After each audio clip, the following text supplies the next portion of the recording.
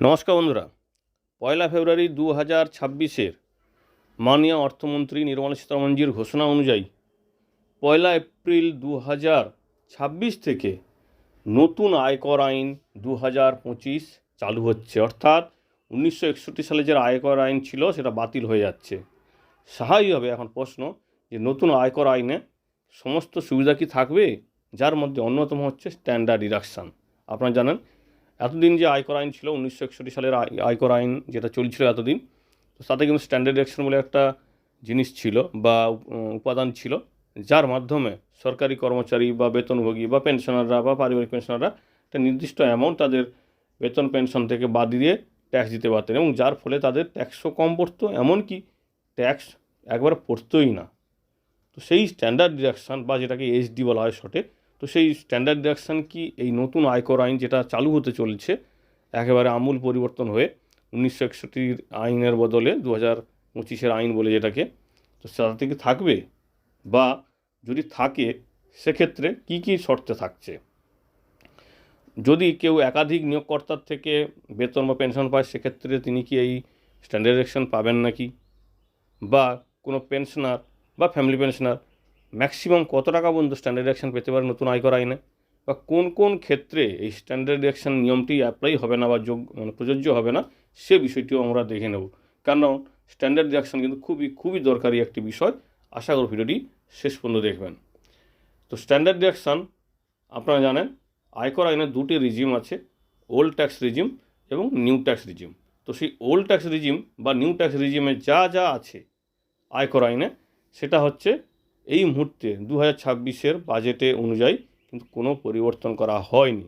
অর্থাৎ 2026 যে budget pass করা হয়েছে, তো সেক্ষেত্রে স্বাভাবিক প্রশ্ন আসে তাহলে কী হবে। নতুন কর ব্যবস্থা আপনারা জানেন বেতনভোগী এবং পেনশনভোগীদের জন্য এই স্ট্যান্ডার্ড ডিডাকশনটি থাকে। পুরনো কর ব্যবস্থায় আছে 50,000 টাকা, আর নতুন কর ব্যবস্থায় আছে 75,000 টাকা।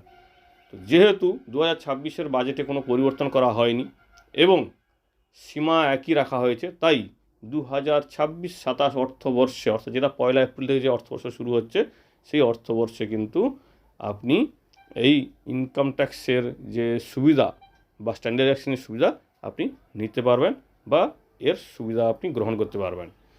বিদ্যমান আয়কর নিয়ম অনুসারে একজন বেতনভোগী ব্যক্তি তার পছন্দের কর ব্যবস্থার অধীনে মৌলিক কর্তন দাবি করতে পারেন। একজন বেতনভোগী ব্যক্তি নতুন কর ব্যবস্থার অধীনে একটি অর্থ বছরে সর্বোচ্চ 75,000 টাকা নতুন কর ব্যবস্থায় এবং পূর্ববর্তী কর ব্যবস্থা অর্থাৎ যেটাকে ওল্ড ট্যাক্স রিজিম বলা হয় সেটাকে 50,000 টাকা স্ট্যান্ডার্ড ডিডাকশন দাবি করতে পারেন। বেতন এবং পেনশন গ্রহণকারী ব্যক্তিরা স্ট্যান্ডার্ড ডিডাকশন দাবি করতে পারবেন, তবে ব্যবসার মালিকরা কিন্তু পারবেন না। তাহলে কোন কোন ক্ষেত্রে পারবেন না, সেটা কী কী শর্ত আছে? প্রথমত আছে ফ্রিল্যান্সার, ব্যবসায়ী এবং পেশাদাররা এই ছাড় দাবি করতে পারবেন না। দ্বিতীয়ত, যদি কোনো ব্যক্তির কেবল ভাড়া থেকে আয় হয়, মূলধন লাভ, সুদ বা ব্যবসা থেকে আয় হয়, তাহলে তিনি এই স্ট্যান্ডার্ড ডিডাকশন দাবি করতে পারবেন না।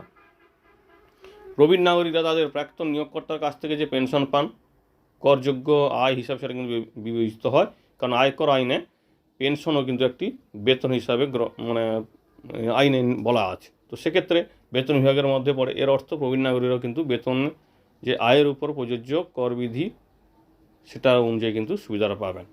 স্বাভাবিকভাবে তারাও কিন্তু এই সুবিধাটা পাবেন। আয়কর আইনের 16 ধারা অনুযায়ী পেনশনভোগীরা বার্ষিক 50,000 টাকা ওল্ড ট্যাক্স রিজিম বা নিউ ট্যাক্স রিজিমে 75,000 টাকা পর্যন্ত স্ট্যান্ডার্ড ডিডাকশন অথবা পেনশনের প্রকৃত পরিমাণ যেটি কম হবে তা দাবি করতে পারবেন। অর্থাৎ জিনিসটা আরেকবার বলি, 50,000 টাকা ওল্ড ট্যাক্স রিজিমে যদি নেয় তার 50,000 টাকা। ধরুন কারুর টোটাল পেনশন হয়েছে 60,000 টাকা, তো সেক্ষেত্রে ওনার তো পেনশন পড়বেই না। কিন্তু যদি দেখা যায় ওনার 50,000 টাকার নিচে হয়েছে, ওল্ড ট্যাক্স রিজিম নিতে চাইছেন, তো সেক্ষেত্রে উনি আর কোনো স্ট্যান্ডার্ড ডিডাকশন পাবেন না এবং প্রয়োজন নেই। আমি একটা উদাহরণ দিয়ে বোঝানোর চেষ্টা করছি। একইভাবে 75,000 টাকা সেই একই নিয়মে স্ট্যান্ডার্ড ডিডাকশন বা প্রকৃত পেনশনের পরিমাণ যেটা হবে সবচেয়ে যেটা কম হবে, প্রকৃত পেনশনের পরিমাণ দেখা হলো স্ট্যান্ডার্ড ডিডাকশন থেকে কম, তো সেক্ষেত্রে সেটা কিন্তু তিনি সে দাবি করতে পারবেন। এবার আসি একাধিক নিয়োগকর্তার কাছ থেকে বেতন পাওয়া গেলেও নতুন কর ব্যবস্থা 75,000 টাকা বা পুরো বছরের জন্য পুরনো ব্যবস্থায় 50,000 টাকা পর্যন্ত কর কর্তন করতে পারবেন বা দাবি করতে পারবেন। যেখানে পারিবারিক পেনশনভোগীরা 25,000 টাকা উন্নীত হয়েছেন, অর্থাৎ বেতনভোগীরা একাধিক ধরুন নিয়োগকর্তার থেকে বেতন পাচ্ছেন বা পেনশন পাচ্ছেন, সেক্ষেত্রেও কিন্তু সেই একই নিয়ম থাকবে। একবারই কিন্তু দাবি করতে পারবেন স্ট্যান্ডার্ড ডিডাকশন 75,000 টাকা বা 50,000 টাকা, যেই রিজিউম আপনি চয়েস করবেন সেই অনুযায়ী। আর পারিবারিক পেনশন অর্থাৎ ফ্যামিলি পেনশনাররা কিন্তু 25,000 টাকা দাবি করতে পারবেন স্ট্যান্ডার্ড ডিডাকশনের জন্য। স্ট্যান্ডার্ড ডিডাকশন শুধুমাত্র একবারই আপনি নিতে পারবেন, যে বারবার নিতে পারবেন বিভিন্ন নিয়োগকর্তার থেকে, সেটা কিন্তু নয়। নিয়োগকর্তা ভিত্তিক নয়, এটা হচ্ছে ট্যাক্স পেয়ার ভিত্তিক। প্রমাণ ছাড়া কিন্তু এই ডিডাকশন পাওয়া যায়, অর্থাৎ এর জন্য কোনো প্রমাণপত্র লাগে না, কোনো ডকুমেন্টস আপনাকে দিতে হয় না। এর ফলে এই 87 রিপোর্ট অনুযায়ী আপনি এই 75,000 টাকার ট্যাক্স ছাড় নিয়ে 12,75,000 টাকা পর্যন্ত ট্যাক্স ফ্রি করতে পারবেন। অর্থাৎ কারো যদি আয় 12,75,000 টাকা পর্যন্ত হয়, তো সেক্ষেত্রে উনি 75,000 টাকা স্ট্যান্ডার্ড ডিডাকশন নিয়ে নিলে 12 লক্ষ টাকার নিচে কিন্তু ওনার আয় নেমে চলে আসছে, তো সেক্ষেত্রে কিন্তু ওনার কোনো ট্যাক্স দিতে হবে না। এই যে স্ট্যান্ডার্ড ডিডাকশন বলা হচ্ছে, জিনিসটা কবে থেকে চালু হয়েছে? এটা কিন্তু অনেক পুরনো দিনের।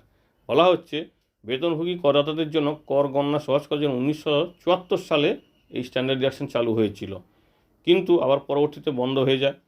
2018 সালের বাজেটে 40,000 টাকার পুনরায় আবার এটা চালু করা হয়েছে। 2019 সালের বাজেটে 50,000 টাকা করা হয়েছে, অর্থাৎ 10,000 টাকা বৃদ্ধি করা হয়েছে। নতুন কর ব্যবস্থার অধীনে প্রাথমিকভাবে উপলব্ধ ছিল না, কিন্তু 2023-এর বাজেটে এটাকে নতুনভাবে আবার অনুমোদিত করা হয়। 2024-এর বাজেটে এটাকে 75,000 টাকা পর্যন্ত বৃদ্ধি করা হয়েছে। অর্থাৎ এই যে স্ট্যান্ডার্ড ডিডাকশন কিন্তু খুব একটা নতুন নয়, অনেক দিনের পুরনো জিনিস, তবে সেটাকে বিভিন্নভাবে মডিফাই করা হয়েছে। তো এখানে যে প্রশ্নের উত্তরগুলো আমরা খুঁজে পেলাম সেগুলো হচ্ছে কি, একাধিক নিয়োগকর্তার থেকে যদি আপনি বেতন ও পেনশন পান, সেক্ষেত্রে আপনি একবারই দাবি করতে পারবেন। পেনশনাররা যদি ওল্ড ট্যাক্স রিজিম নেন, ম্যাক্সিমাম 50,000 টাকা স্ট্যান্ডার্ড ডিডাকশন, অথবা যেটা বেতন যে পেনশন কম হবে, অথবা নিউ ট্যাক্স রিজিম চয়েস করলে 75,000 টাকা, বা পেনশন যদি কম হয়, যেটা কম হবে সেটাই দাবি করতে পারবেন। যে অনেকেই হয়তো এখানে প্রশ্নটা করতে পারেন যে আমার যদি পেনশন কম হয়, সেক্ষেত্রে আমি কেন এই আইটিআর ফাইল করব? তো সেক্ষেত্রে কী হয়, কোনো লোন টোন নেওয়ার ক্ষেত্রে বা কোনো অন্যান্য কাজে এটা প্রমাণ হিসাবে কিন্তু থাকে আইটিআর ফাইল করার, তো সেটাও কিন্তু আপনি করতে পারেন। এছাড়া কারা ট্যাক্সটা স্ট্যান্ডার্ড ডিডাকশনের সুবিধা পাবেন না, সেটাও কিন্তু আমরা ভিডিওতে বললাম। আশা করি তথ্যটি আপনার কাজে লাগবে। 2025-এর আয়কর আইন যে নতুন আইন, তাতে কিন্তু আপাতত স্ট্যান্ডার্ড ডিডাকশনটা থাকছে, এবং স্ট্যান্ডার্ড ডিডাকশন ছাড়াও 2025-এর আয়কর আইনে যে পরিবর্তন হয়েছে, সেগুলো নিয়ে আমরা কিন্তু ধীরে ধীরে ভিডিও দিতে থাকবো। আশা করব ভিডিওটি দেখার সঙ্গে সঙ্গে আমাদের চ্যানেলটিকেও সাবস্ক্রাইব করে রাখবেন। ধন্যবাদ।